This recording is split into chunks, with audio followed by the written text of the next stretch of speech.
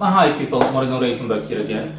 This is going to be a quick video in which I address a topic that is very mainstream and that's well known in global society. Specifically when it comes to the death of a quote unquote loved one, or in any case, a death, at the very least, the death of someone that we as individuals are familiar with, okay, and the customs associated with that. Usually, when doing a speech at the person's funeral, before the person gets buried officially, of course, a funeral procession, yeah, that's what it's called, a funeral procession. People give a speech and they give lofty speeches of how good that person was and how adamant that person was and all the good qualities that that person had bestowed upon the world in his or her lifetime. And in general, this has nothing to do, nor does it have any basis in reality whatsoever. And another thing that I'm going to address too is phrases such as that person is in heaven right now, that person is in a better place. Long story short, bullshit. A huge pile of bullshit, that's what that is, okay? I honestly, people would be way better off if they just spoke their minds. I spoke years ago, I spoke about this to someone and that person told me, no, but you're not supposed to speak ill of the dead. Bullshit, why am I not supposed to speak ill of the dead? Bottom line is, my strong recommendation to anyone, similar to what I would do, depending on the situation, sometimes granted, and I admit that in some cases it's just best to leave people in their delusion, it's easier because if it doesn't benefit you personally, if it doesn't benefit you personally, then there's no use in doing something like that. But in general, make no mistake, the correct way to go about this is to deal with reality the same way it's correct to deal with everything else. That's the correct way to deal with matters. If you're at a funeral procession and you're talking about someone, then as in every other instance or case, the best policy is reality, okay? Reality is the best policy. I mean, why give a speech to someone about someone that had his or her shortcomings, and yet, or worse yet, someone that was definitely not malevolent, that was definitely not a malevolent individual or a friendly individual in his life or her life, and yet you're going to talk about that person as if that person was some kind of saint.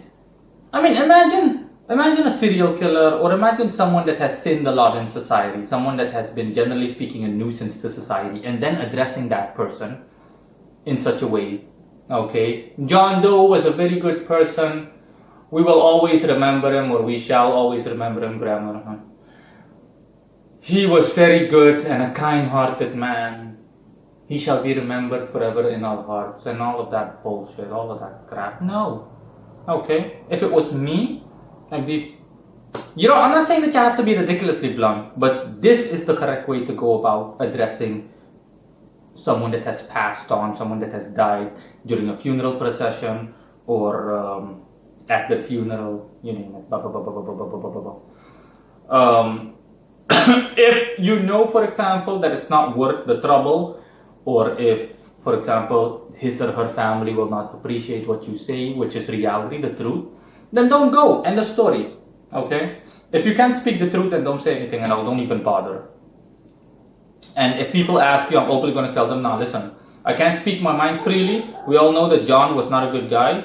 Okay, he had his shortcomings. I'm not saying he was all bad, but he was more bad than good. So, and I know that his family is not going to be able to handle the things I'm going to be saying once I'm up there during the funeral procession. So I'm just going to abstain from even showing up to begin with, even if I have to tell them myself. End of story. But in any case, the correct funeral procession, the correct way to address a loved one, or not, if someone you knew in any case. Yes, ladies and gentlemen, I knew John. We were acquaintances, and in the last 5 years, I became close friends with him, to the point that I discovered that he's not the best of human beings. I'm not here to badmouth him, but I am here to say that the reality and fact of the matter is that he posed more of a liability to society. He did more bad than good in his life. Let's be honest. Okay, he had his good virtues, which were patience, willingness to help out depending on the individual. But on the opposite end, he was very demeaning towards women.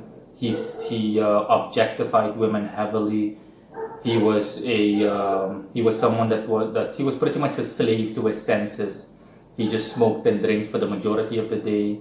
He did not he did not even put in the slightest amount of effort, and the second you actually gave him advice on it, you would get scolded by him.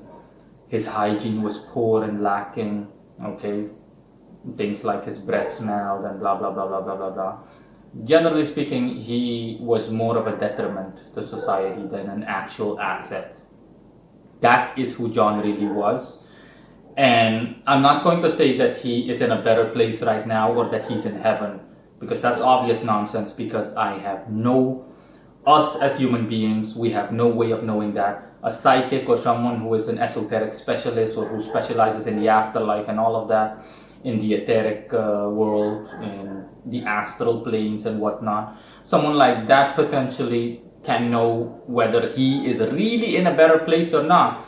But I'm not going to say that for the sake of being polite or anything like that. No.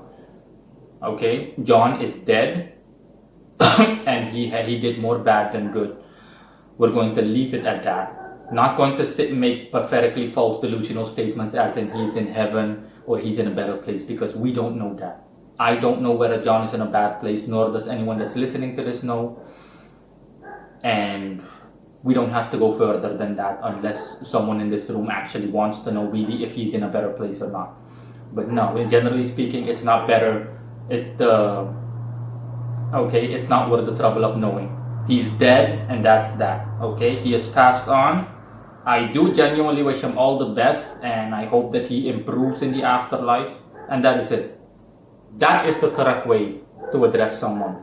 But you're not going to address someone that was a huge bitch in life, a really annoying woman that did nothing but badmouth people and talk down on people, someone whose life was absolute shit. And you're going to say, oh, that person was such a good person. Stuff like this just vexes me immensely. It's like grade A hypocrisy. And I'm just telling people, be real, be genuine. That's the only message I want to give. I'm going to repeat myself. Be real and be genuine, even when it comes to stuff like this.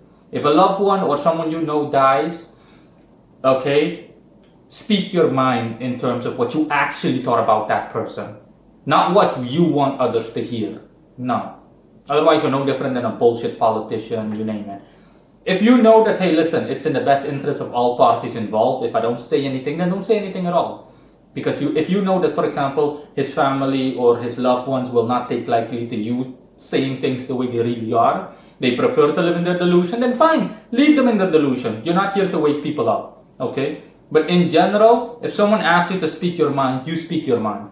If people dislike you for speaking your mind, which is harsh reality, or not even harsh reality of whether it's harsh or not, then boo-hoo, tough luck for them. It's that simple.